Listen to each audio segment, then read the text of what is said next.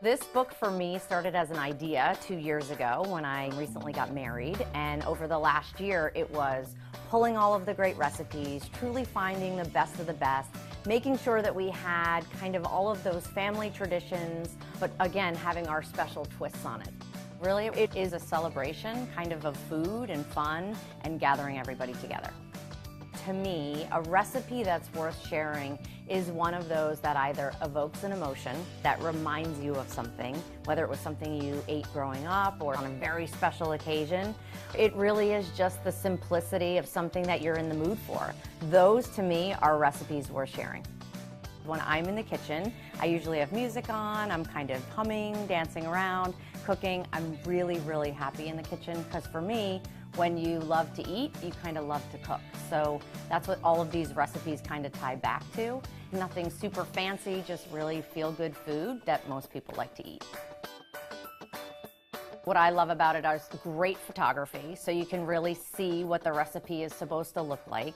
The font is a nice large size. There's one recipe per page, so really simple when you're flipping through it. You're just transported into the stories. Let's find all of those great recipes, all of the traditions, the things I grew up eating, the things I love eating now, and let's really make breakfast, lunch, dinner, appetizers, desserts that all work together.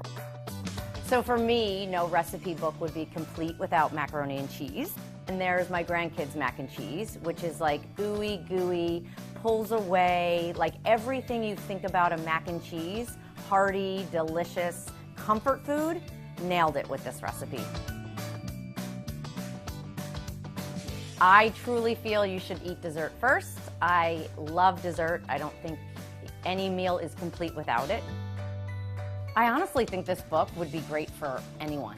The recipes are easy yet delicious. There's no exotic ingredients. You're not going to be chasing all over from grocery store to grocery store looking for things.